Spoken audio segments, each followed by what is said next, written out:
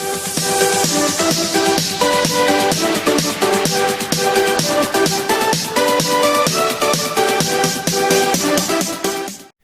guys, today I'm going to talk about how incomplete dominance works, and this is a pretty easy explanation. And by the way, I'm going to use a lot of Punnett squares to explain this, so if you need a quick refresher on how Punnett squares actually work, head over to this video to review.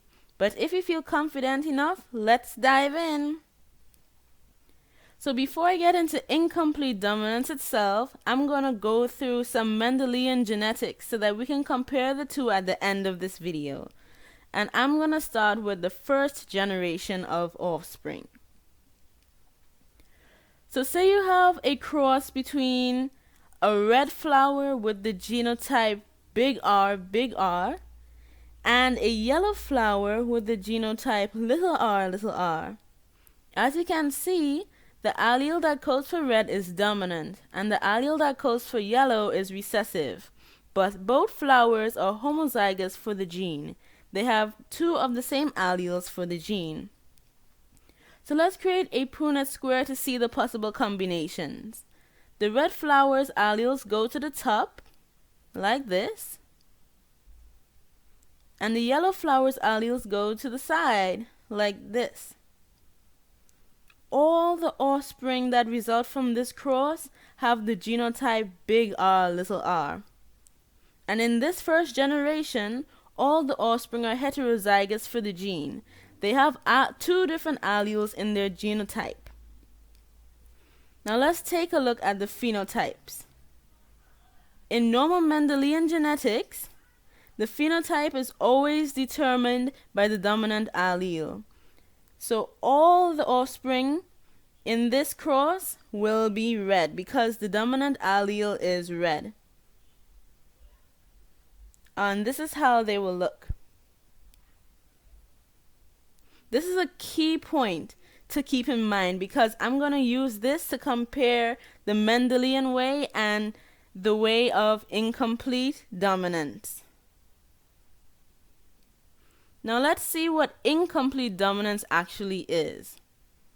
The working definition of incomplete dominance is that it is a complex pattern of inheritance where the heterozygous phenotype is a mixture between two homozygous phenotypes. So that sounds confusing, right? What does this actually mean? Let's find out. So now we're going to see the combinations of genotypes from the same cross we were just dealing with, but in the mindset of incomplete dominance. So we have the same red flower with the genotype big R, and the same yellow flower with the genotype little r. And we're going to create another Punnett square to see the possible genotypes of this cross. So the first generation offspring. And again, we put the red flower's alleles at the top, like this. And the yellow flower's alleles at the side, like this. Then find the combinations. The combinations are all big R, little r, just like what we just did in the Mendelian way, right? But in incomplete dominance, the phenotypes of these genotypes are different than those in the Mendelian way, and we're going to see how. So let's take a look at the phenotypes. In incomplete dominance, one allele does not completely mask the other allele. They actually blend together. So the phenotype of the genotype big R, little r is a mixture between red and yellow, which is orange. All the offspring from this first generation will have the phenotype orange.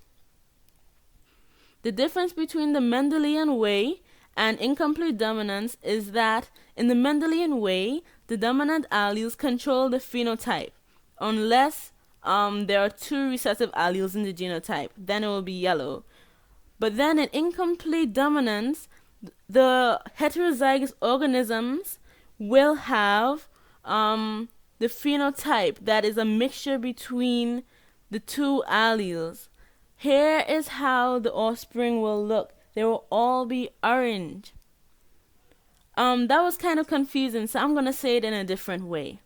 In the Mendelian way, a red flower with the genotype big R crossed with a yellow flower with the genotype little r will give you a red flower with the genotype big R, and it is red because the dominant allele is masking the yellow, so it's gonna come out red.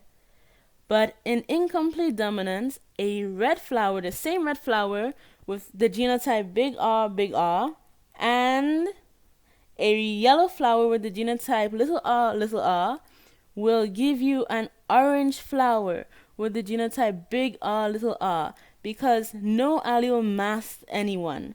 They actually blend together. So red and yellow make orange. So I hope that was easy for you to understand, and I hope it was helpful, and don't forget to check out my other videos that are just as helpful and easy as this one. Thanks for watching!